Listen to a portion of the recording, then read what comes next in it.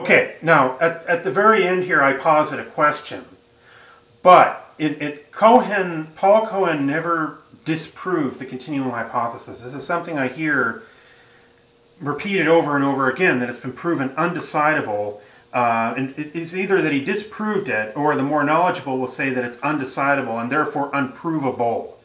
Well, no, he proved that it is undecidable with respect to set theory, but he never proved that there were no logical assumptions that would affirm it. In other words, assumptions that, if a mathematician accepted them, would affirm the continuum hypothesis. Today I would like to suggest an assumption and attempt to back up this assumption of what I believe would verify the continuum hypothesis. Now, this is not a mathematical proof. I want to be very clear on the outside. This is not an attempt at a mathematical proof. This is an attempt at a philosophical argument.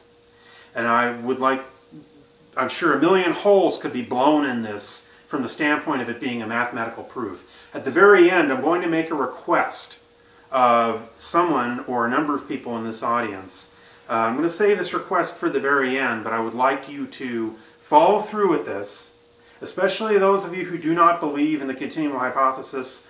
You're not mathematical Platonists, or you are mathematical Platonists, but you just don't agree or like the argument. That's fine, but I would at least like you to consider it with a closed mind, and yet with a rational mind.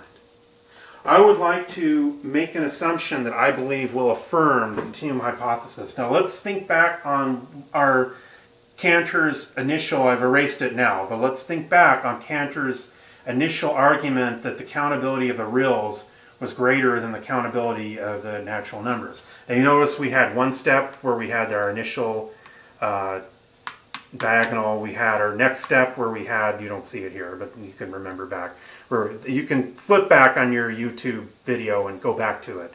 And look, you have our second step where we changed the digits, and then we had our third step down here where we had our next diagonal. Now you notice, and then we repeat it. So let's say it's about 4 steps.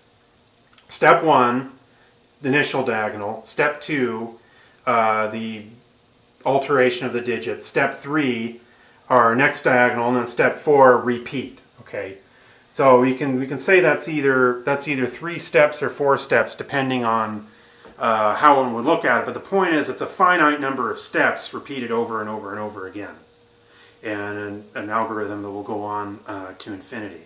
I want to posit an assumption that whenever we have an algorithm with only finite steps, that algorithm leads to a result that is either countable or uncountable with its initial level of countability that we started off with. In other words, in our case, we started off with an assumption of Aleph naught as our level of countability.